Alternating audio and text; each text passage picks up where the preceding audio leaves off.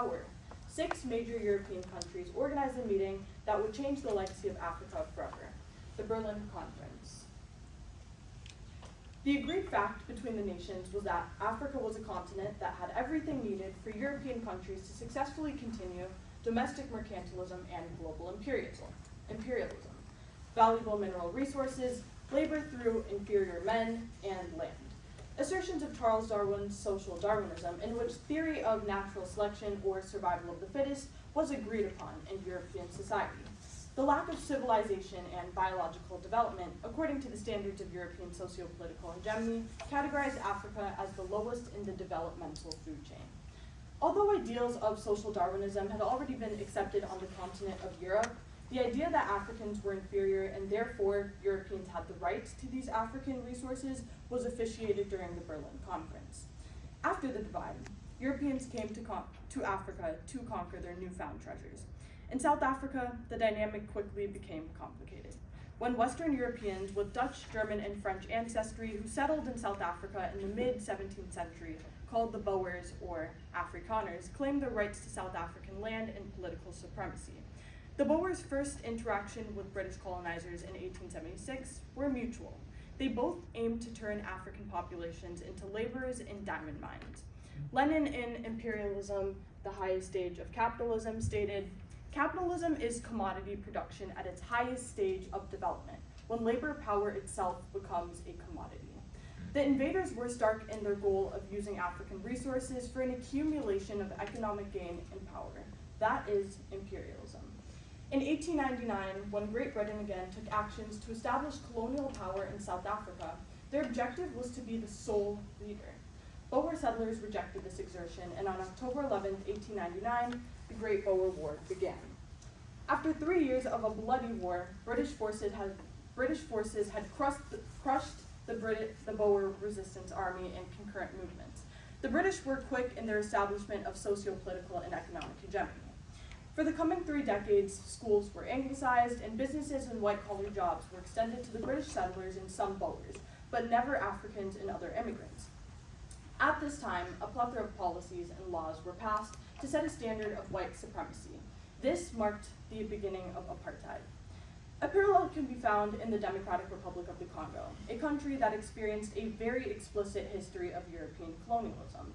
During the Berlin Conference, self-proclaimed humanitarian and philanthropist King Leopold II of Belgium was granted the rights to DRC for his own personal gain. His assumption of power proved brutal on the African continent. Millions of Congolese were subjected to free labor for the production of rubber. King Leopold proved mercenary as he confronted resistance with the mutilation and murder of his Congolese subjects. According to Adam Hochschild in King Leopold's Ghost, a story of greed, terror, and heroism in colonial Africa, with the population loss estimated at 10 million people, what happened in the Congo could reasonably be called the most murderous part of the European scramble for Africa. Upon discovery of Leopold's brutal imperialistic leadership in the DRC, the government of Belgium seized ownership of the state and promised a new horizon of ethical colonial leadership. However, this notion was far-fetched. The reality of state-led colonialism in the DRC continued exploitative economic endeavors, using strategies and personnel from Leopold's previous administration. Only using the word colonialism, which previously held societal symbols of internationalism, to describe the agenda of Belgium was heavily misleading globally. Hobson in Imperialism, a study stated, "We must not be misled by names. The colonial party of Germany, France, or Belgium is identical in general aim and method with the imperial party in England, and the latter is the truer title. Under the international guise of socio-political unity, the true agenda of European empires, economic imperialism through colonialism, was hidden. Colonialism, what once was the identity of Africa, ceases to exist, but imperialism persists. To many, Europeans' history of imposing socio-political rule through the struggle of competing empires had greatly damaged African countries. However, the perception that the effects of colonial history remain in the past is false. As Kwame Nkrumah describes in Neocolonialism, the Last Stage of Imperialism, decolonization is a word much and unctuously used by imperialist spokesmen to describe the transfer of political control from the colonists to African sovereignty.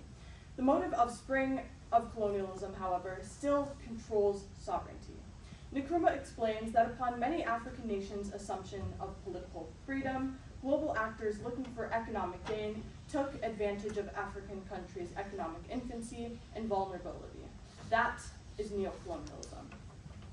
Looking at South Africa, the establishment of institutions created during the colonial era ensured that the spirit of imperialism lived on. On May 31st, 1961, South Africa became a republic and gained total independence from its colonial mother country, Great Britain. But this independence did little to change the existing operation of society through apartheid, during which the establishment of white supremacy in South Africa led to a popular underground movement run by Boers in power called the Afrikaner Broederbond. The goal of this movement was to promote nationalistic and cultural ideals of the Afrikaners, but it quickly turned into a political organization with an effect on policy and economic control. Ivor Wilkins in the Super Afrikaners inside the Afrikaner Broederbond writes, "It started or helped start social and economic upliftment schemes, like the Redding Dadsbond and the Help Me Vakkerbond, banks, media empires, industries, and financial institutions like Volkskas, Federal Belongings, Federal Nyombu, and Dakbrekker pairs. It had a direct hand in establishing the Rand Afrikaans University, now the University of Johannesburg. In modern-day South Africa, the Volkskas Bank Group and others have been combined into one of the largest banks in Africa, the Amalgamated Banks of South Africa, or ABSA. Its withstand of time in South Africa as a powerful economic institution is not a surprise. Rather, Corkin writes in Competition or Collaboration, Chinese and South African Transnational Companies in Africa, wrote, "It was announced in October 2006 that South Africa ABSA Capital would be consulting China Exim Bank, providing the Chinese state-owned enterprise with future advice on investments in Africa. The fact of the matter is that a new global superpower, China, is trying its best to expand its global economic standing and strength. But one of the ways China is doing that is by becoming acquainted with the institutions in Africa, a mineral and cheap labor-rich continent. In South Africa, the issue with this economic pursuit is that it only exacerbates the existing harsh income inequality faced by Black Africans as a result of apartheid. The effect of China attempting to gain a stronghold in African markets by using economic connections to existing institutions is a prime example of neocolonialism. In the Democratic Republic of the Congo, the struggle for sovereignty and independence heavily influences the current economic situation. On June 30th, 1960, when the DRC gained independence, Pan-Africanist and visionary Patrice Lumumba was elected prime minister. Unfortunately, Lumumba's promising leadership was cut short, and the possibility of African economic sovereignty was seen as a threat to Western hegemony. So through political interference backed by military power, the US was able to ensure the DRC installed a pro-Western government. After the assassination of Patrice Lumumba, dictator Mobutu Sese Seko, a political opponent and rival of Lumumba, assumed office in 1965 for the next 32 years. During this time, Seko continued acting as a puppet leader with no will to uplift his newly freed country.